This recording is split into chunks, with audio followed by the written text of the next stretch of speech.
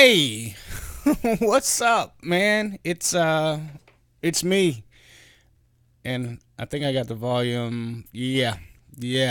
So listen, I am excited, ladies and gentlemen. I am amazingly excited for today.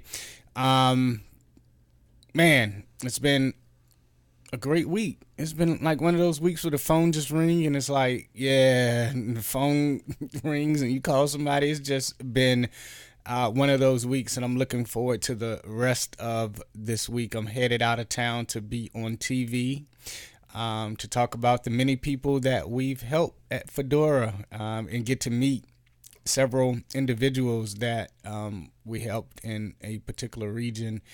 And it's just amazing, man, to really see as a blind person a dream come true. So one of the people that we was helping and still helping clearly, Walter out of New Orleans, the place where I got married at, asks ask asked a question about formatting cells and numbers. So we got formatting cells and numbers from Walter, and we got some radio questions, some assistive technology questions, just some aha moments in life. What's PFL?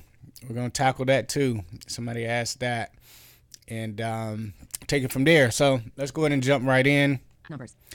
You probably can't see me, which is a good thing because I'm sitting here in my robe. My mama told me not to do that. So hopefully you can't see me, and all you can hear and see, if you can see, is the screen. Numbers, title, window, column header cell, B1 cell. But nevertheless, we are here in numbers, and we want to format this cell. So what does formatting a cell mean? Well, it means the same no matter what is at the end. So if you say formatting a table, then you're manipulating the table. Cell, you're manipulating the cell. Text, how do you format text? Well, you make it bigger, smaller. It's just designing that particular thing. So don't get caught up on the big words. Formatting is nothing but changing the attributes. In this case, he wants to know, how do you format a cell? How do you change the standard function of a cell inside of numbers? So as you guys heard, I'm on cell B, let me see. Column header cell, B1. B1. And I want to format B1. Let's say I want to make B1 a checkbox. So change the attribute of the cell from a standard rectangular box to a checkbox. Here's what we would do. Stop interacting with the table. Out of table 1, 22 row, out of sheet, formatter, group. Stop interacting with the sheet. Empty, scroll area, formatter, group. And we go to the formatter, and it says group. We're going to interact. In formatter, table, selected, radio button, 1 of 4. It's selected on table. We don't want to change the table. We want to change cell, radio button, 2 of 4. The cell. Press cell, selected, radio button, 2 of 4. I go to cell. Text, arrange, radio button, cell formatter, scroll area. And it got the cell formatter, and it's a scroll area, so I'm going to interact. In cell data format, automatic, data format, pop-up button. All right, so data format is set to automatic. Well, that's no matter what you put in there, it's going to accept it. What we want to do is change B2 to a checkbox. So menu, check mark, automatic, number, currency, percentage, fraction, numeral system, scientific, text, date and time, duration, checkbox. Boom. Checkbox, data format, pop-up button. And display values in the selected cells. So we got that, right? And then other attributes that you can change would be fill, expanded, disclosure, triangle. The fill. The fill is just simply the color, the gradient, the shade, making it look all pretty. Fill, gray 75. Choose preset button. It's set to gray 75. Style presets that may be applied to your selection. Color fill, pop-up button. And we got choose the color. Gray 75. Border. Border location options, group. We got the border. Border styles, menu button. In different styles. Solid stroke pattern, pop-up, blank 0. Fill preset picker, button, blank 0. 0.0 conditional highlighting, button. All right, we got conditional highlighting rules for selected cells. Conditional highlighting, and only thing conditional highlighting is you're able to highlight the cell with a particular color, gradient, look, background, border, based on a condition. So for example, if cell G4 drops below 50, then B2 could turn red, and so we can be in the red or in the black. I don't know which one is good. My money green, so I just make it in the green, baby, or silver. So if it drops below $50, you could be in the silver. All right, so let's go check our sale B2. Out of cell form arrange. Text. Radio. Out of format sheet. Sheet navigator. Tab group. Sheet. Layout. Table 1. 22 row. In a column header cell. Row header cell. A1. Econ. Uncheck. Checkbox cell. Column header cell. B1. And see how B1 now has a checkbox in it. And I can check it. Watch. It works. Uncheck. Check. Checkbox cell. Column header. Check. Checkbox cell. Column header cell. B1. And now it's checked. And I'm going to uncheck it. Uncheck. Checkbox cell. Column header. Uncheck. Checkbox cell. And now it's unchecked. Cool. All right. So let's see what the next question was. Stickies. Finder. Subby. Edit. Application. I didn't want that. Stickies. Sticky. Bullet how to format a cell and numbers on the map. All right. So Warren, we got that. Not Warren. Walter, we got that. New line. Bullet more life stories from a Fedora family as we follow their journey so far and discuss what their aha moment was. Oh, crazy. And I'm sorry, that is not Walter or Warren. That is Ronnie. Ronnie in New Orleans. So sorry about that. Life story. So sitting on the couch. I wish I had the camera on. I'll switch the angle view to the couch over there.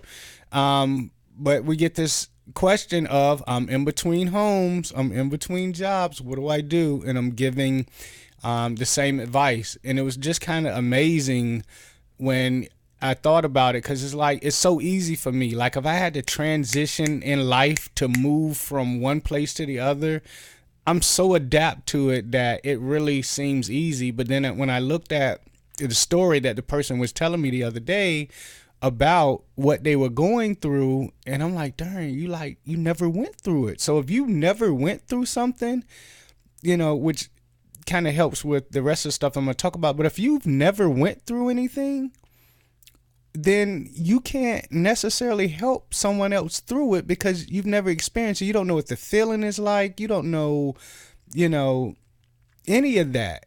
And I know people say, well, yeah, they can. And, not really. You can't really help someone through something that they're going through unless you've truly been through it.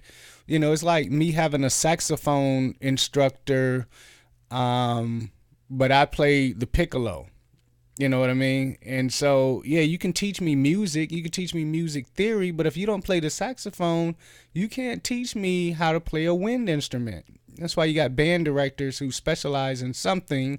And, they can generally teach you about music. But if they don't play that instrument, then, they can't teach you the ins and outs of it. So that was like a big aha moment for me, as well as them helping me helping them.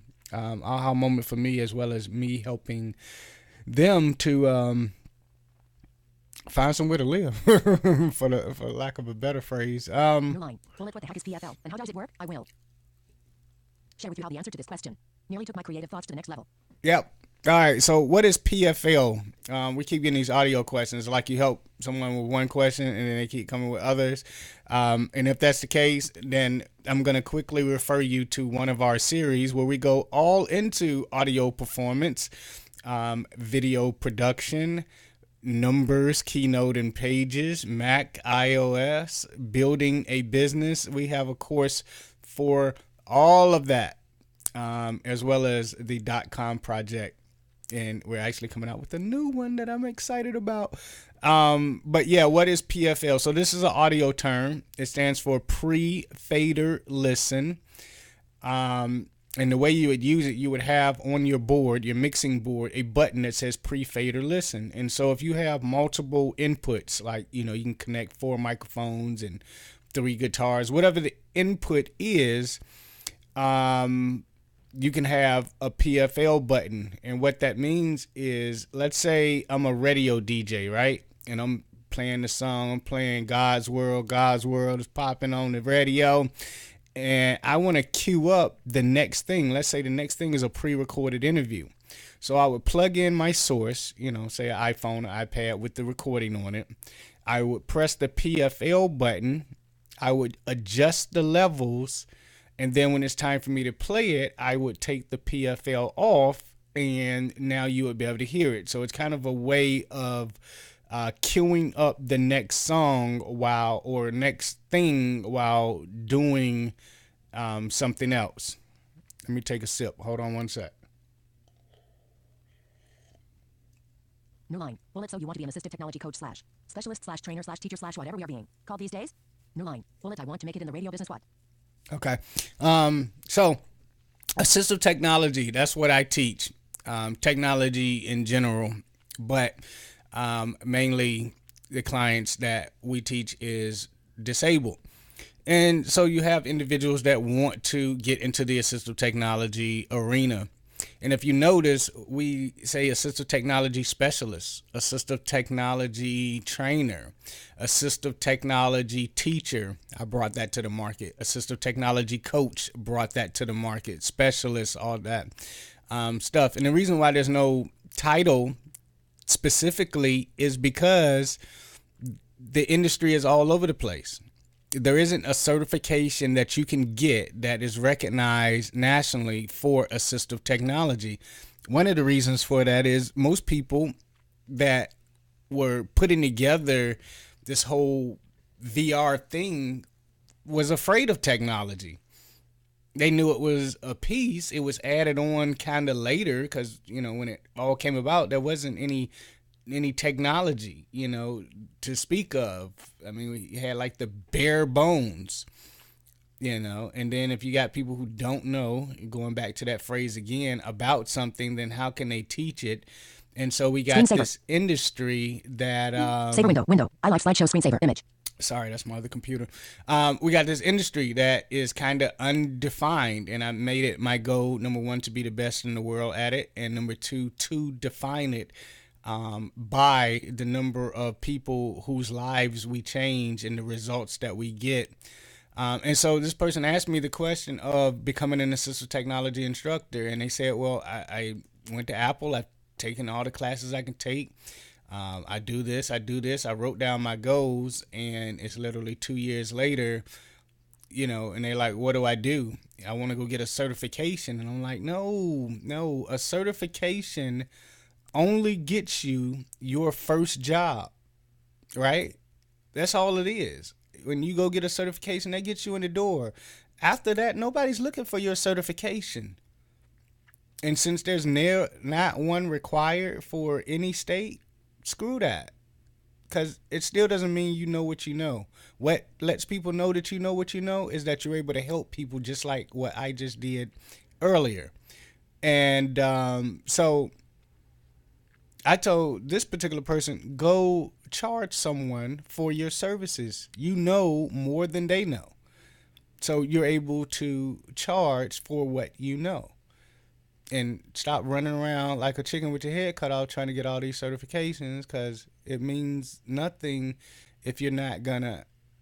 What I say, she says, what I say she does is ready, aim, and you never pull the trigger, you never fire. Go charge someone. That's the way you become an assistive technology instructor. Help someone. Make sure you do a good job with them, and they'll tell other people that you do a great job. It's like getting your grass cut. You ain't looking for somebody with a certification in grass cutting. You're looking for somebody who know how to cut some daggone grass. So all you guys out there who want to be assistive technology instructors, just be the best that you can be, and the money will come. Trust me, I've traveled this world internationally doing what I love, all from a dream, from a balcony of a cruise ship 8 years ago. I even get to be on TV talking about what I love doing. Come this Friday. So yeah, the other thing, the next one is I want to be a radio personality. I want to be a radio host, whether it be internet or terrestrial. Go do it. There's voices out there, and one of them is yours. Go to a radio station, audition, intern, create your own show, podcasting, getting on the radio. Just like now, I could do radio if that's what I wanted to do, but why when I can have my own radio station and have other people do radio that love doing radio? Just the way I think. But radio is based on your voice. You don't need any video. Well, in today's time, if you want to be popping, like the Breakfast Club, then you might want to put in the video. But just regular radio, use your voice, talk, articulate, have a personality, and talk to as many radio stations as you can about, a slot, a little teeny slot of getting in. So anyway, thanks for y'all that just jumped in. I'm about to jump out, get on the road and be on TV. I keep saying that because it's really, really exciting. And it's kind of crazy because I'm going to be on TV surprising somebody that I've actually taught that I've never seen, but kind of goobly gopped all up into that is going to be two clients that work with Fedora that we've trained that I've never seen. It's going to be two people or one person that works for the company that I've never seen. And then their parents and drivers and all that stuff. So it's going to be crazy. On top of all these surprises on the news. So listen, for real, let's change the world. Um, let's be on radio, use PFL, format sales in numbers, find a place to live. And let me switch Finder. over. Numbers. Ecom live. Ecom live. Ecom live. Dialog. Let's Default screen. change the world Sound levels. together.